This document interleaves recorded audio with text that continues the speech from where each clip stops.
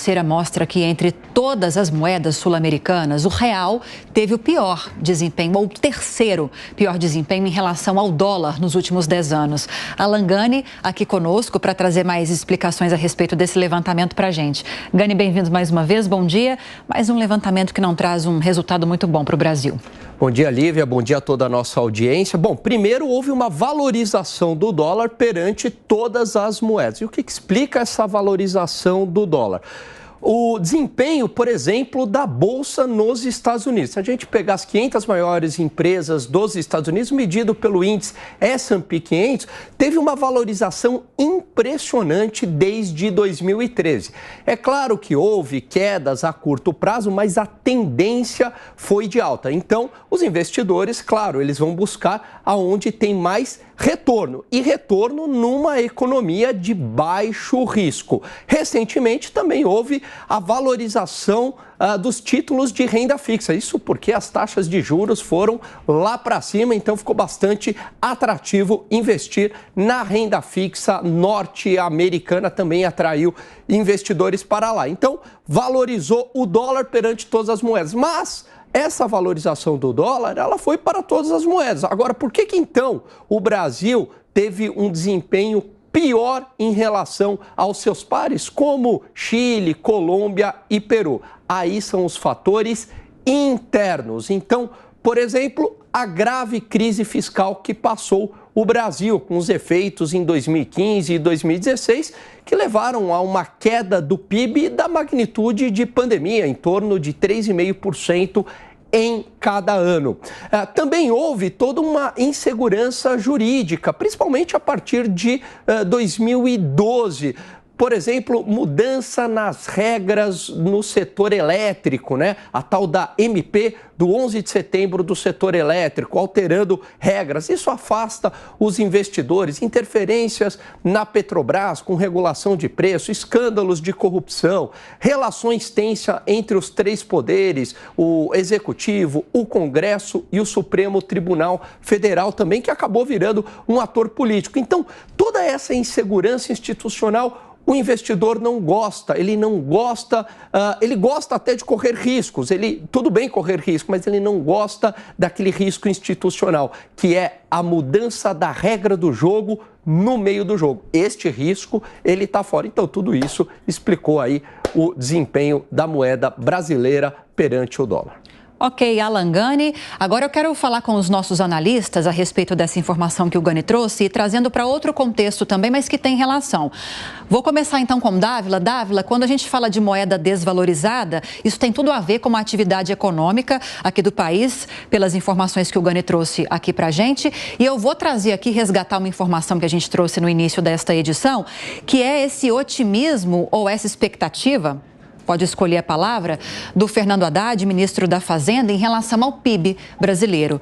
Ele diz que aguarda, que espera um PIB acima da média nacional.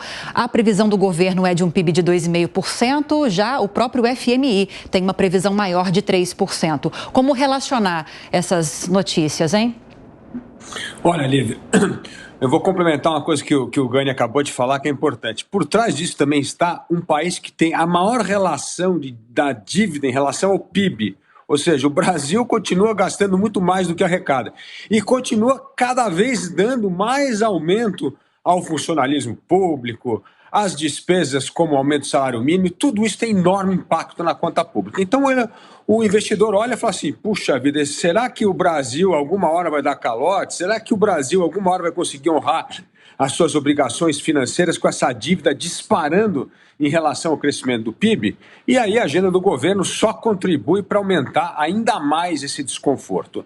Voltando à questão fundamental, essa é a questão central, a questão da retomada do crescimento econômico no Brasil.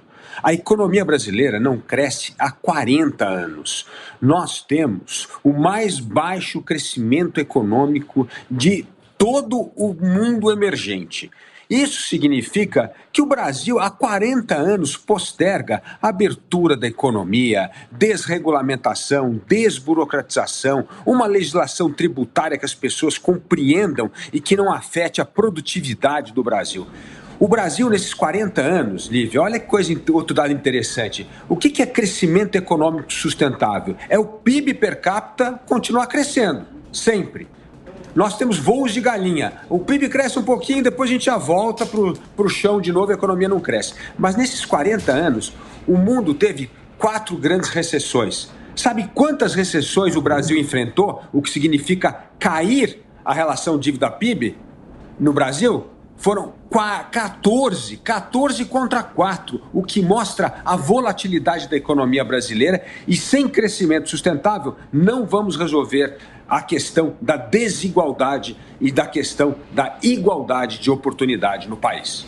Agora, Dantas, é meio óbvio que o ministro da Fazenda falou, aliás, a gente já discutiu isso aqui, mas, de qualquer forma, esse crescimento da economia brasileira pode ser melhor do que a comparação com os outros países e poderia ser ainda mais evoluída, maior, se as reformas de base tivessem sido já aprovadas? Naturalmente, Tiago. Olha, quando eu assisti aí mais cedo essa fala do Haddad, otimista e tal, toda vez que o Haddad fala, eu me lembro dele tocando violão. Parece que tem até um som de fundo ali dele tocando violão, que é como se ele quisesse hipnotizar a plateia. Mas não caiam nessa, né? A projeção do PIB, inclusive, apesar do mercado de trabalho estar expandindo, está sustentável a expansão, a curto prazo, nós temos um problema em relação a investimentos. Estava lendo, inclusive, o relatório aqui produzido pelos economistas do Itaú Unibanco, que mostram que o investimento fugiu do país. Fugiu do país justamente por causa de insegurança jurídica e de instabilidade política. E aí o Felipe trouxe um dado muito importante, que é a questão fiscal. Ela é crucial nisso, no equilíbrio das contas, na previsibilidade, para atrair os investimentos. E essa relação dívida-PIB, ela vinha sendo trabalhada pelo governo anterior, pela equipe do Paulo Guedes, de uma forma brutal. A gente vinha conseguindo reduzir essa relação. E a primeira coisa que o governo atual fez foi inverter essa tendência. Inclusive, recentemente eu vi uma exposição do Roberto Campos Neto, em que ele mostra que a projeção de futuro é o Brasil se descolar do resto do mundo. Então, quando a gente fala de crescimento, de manutenção, né, da média ali, da gente crescer pelo menos a média do mundo e tal, na verdade, quando você coloca essa questão fiscal, você observa que, se for mantida a trajetória de gastos públicos, a dívida, a relação dívida-PIB vai aumentar de forma enorme, de forma brutal, e a gente vai descolar completamente do resto do mundo. Então, isso, a médio e longo prazo, terá um impacto importante, um impacto negativo importante na economia. E, naturalmente, os investimentos não voltarão. Sem investimento, você não tem expansão do mercado de trabalho. Então, essa estabilidade que nós estamos vendo agora, ela vai chegar num limite, né? Porque você também pode estimulá-la, como o governo vem fazendo, com expansão de gastos públicos, com investimento de gastos públicos, mas isso tem um limite, porque, no final das contas, quem paga essa conta da expansão, dentro dessa lógica de expansão de gastos públicos, é o trabalhador, né, a partir dos seus impostos. Então, ou aumenta a fatia paga pelo trabalhador, que já está para além do limite. Nós temos uma das cargas tributárias maiores do mundo, e não é possível continuar assim, né? Ou a situação entra em colapso. Então, é isso. Esses voos de galinha e a crise frequente que vem depois deles.